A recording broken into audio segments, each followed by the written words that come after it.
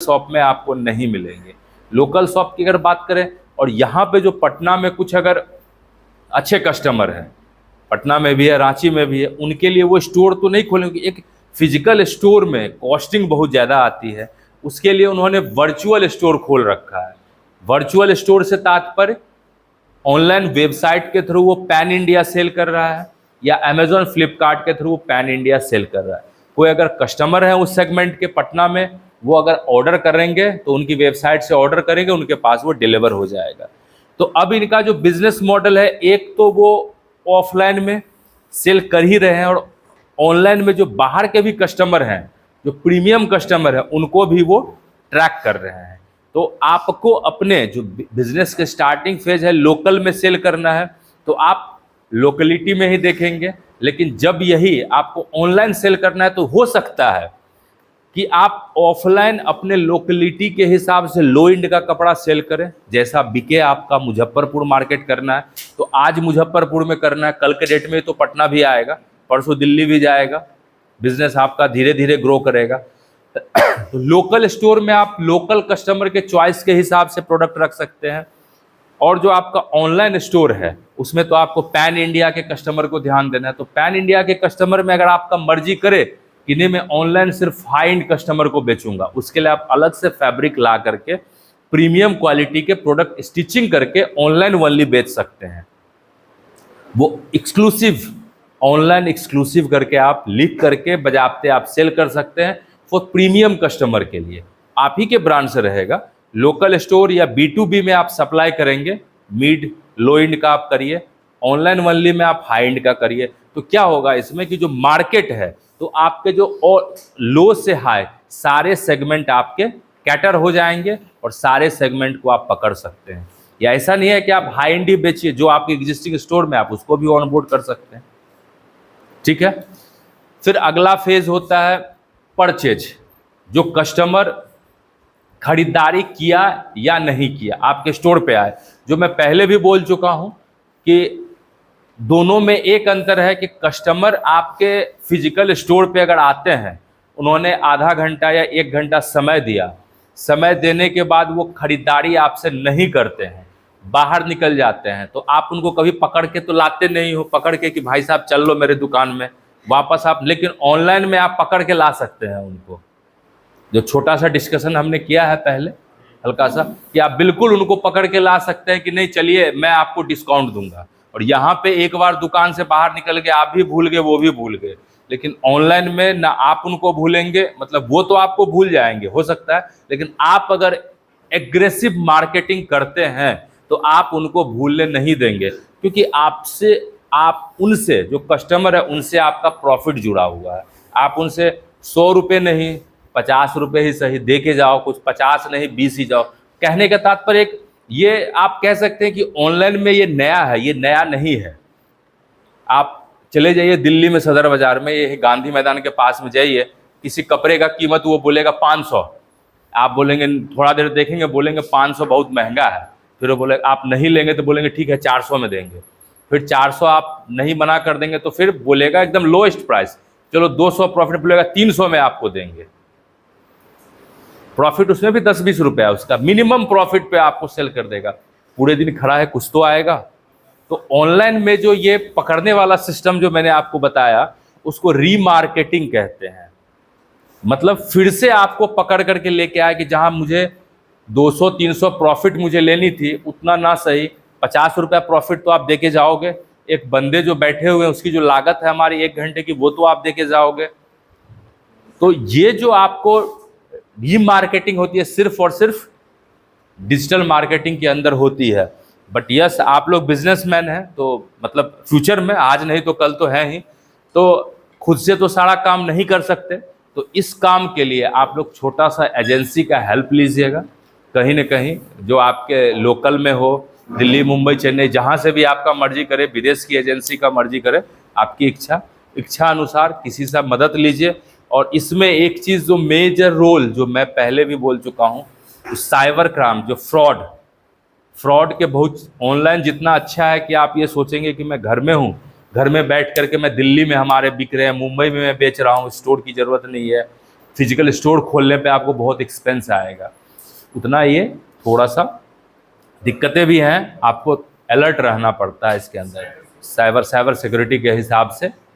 तो वो कुछ नहीं, आपके जो वेंडर रहेंगे वो आपको सारी जानकारी, सारा इन्फॉर्मेशन आपको देते जाएंगे, तो आप उसके अकॉर्डिंग जो है काम करते जाइएगा। कुछ नहीं, आपको अपने बिजनेस पे फोकस करना है। उसके बाद एक जो पिछले दिन आप पूछे थे वेबसाइट डिज़ाइनिंग का, जो एक डिजिटल मार्केटिंग के अंदर है, तो मैं रिकमेंड ये करूँगा कि जैसे आज के डेट में आपको अगर कोई इन्फॉर्मेशन सर्च करनी होती है तो डायरेक्टली आप ऑनलाइन जाते हैं, सीधा आप सर्च करते हैं बाय ब्लू सर्च या black search, Peter England search, कुछ भी, जो भी, मतलब कुछ भी आपकी मर्जी में दिमाग में आता है, तो आप रादर किसी स्टोर में जाने के बदले किसी से पहले के ज़माने में क्या होता था, आपको अगर कोई जानकारी लेनी होती थी तो आप पूछते थे दादाजी, चाचा जी, कहीं से भी। लेकिन आज के डेट में आपके पास गूगल बाबा है, आपको किसी की ज़रूरत नहीं है, सारा का सारा इन्फॉर्मेशन गूगल बाबा देंगे। उसमें भी कहीं दिक्कत हुई है तो यूट्यूब बाबा है, वहाँ से इन्फॉर्मेशन लीजिए, कोई दिक्कत नहीं है, पूरा का पूरा। लेकिन एक चीज़ ध्यान रहे, यूट्यूब पे 100% ऑथेंटिक इन्फॉर्मेशन नहीं रहता है। सारे लोग, क्योंकि मैं मतलब इसीलिए उस चीज़ पे यकीन नहीं करता, क्योंकि मैं भी कभी, मुझे भी ज़रूरत लगती है किसी चीज़ की टेक्निकली, तो मैं देखता हूँ तो गांव के बहुत सारे लड़के लोग हैं ऐसे करके अपना करने के लिए क्या करते हैं, यूट्यूब का वीडियो बना लिए, रॉन्ग इन्फॉर्मेशन आपको दे के रखेंगे, ऐसा कैची लाइन लिखेंगे कि लगेगा कि बिल्कुल तो जानकारी यही है, जब आप देख लेंगे तब लगेगा कि ये कुछ नहीं है। अगर खास करके स्पेशली बात करें जो एजुकेशन रिलेटेड जो कंटेंट होती है, उस कंटेंट में अगर आपको कोई रॉन्ग इन्फॉर्मेशन दे रहा है तो फिर वो मिसलीड हो जाता है एक तरह से।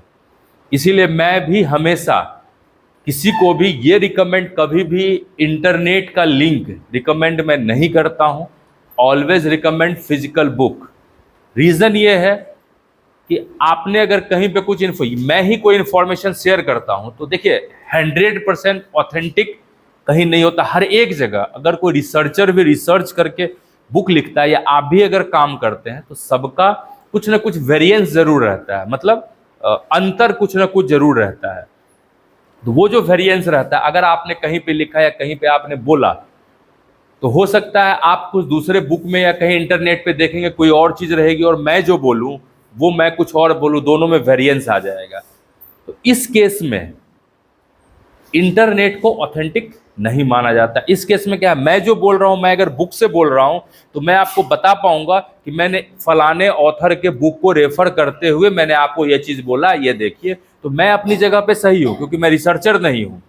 मैं बुक पढ़ के ही आपको बताऊंगा और आप भी कहीं ना कहीं से इन्फॉर्मेशन लेगी। लेकिन अगर इंटरनेट बेस्ड अगर आपका इन्फॉर्मेशन है तो वो 100% ऑथेंटिक, कुछ लोगों का ऑथेंटिक भी है। जैसे इंटरनेट पे हम लोग रिकमेंड करते हैं, आप लोगों के लिए भी है जिनकी इंग्लिश अगर अच्छी हो तो एक सेंट्रल गवर्नमेंट की आती है NPTEL, उसके अंदर आइडिएशन का, उसके अंदर IITs और IIMs के टीचर्स रहते हैं।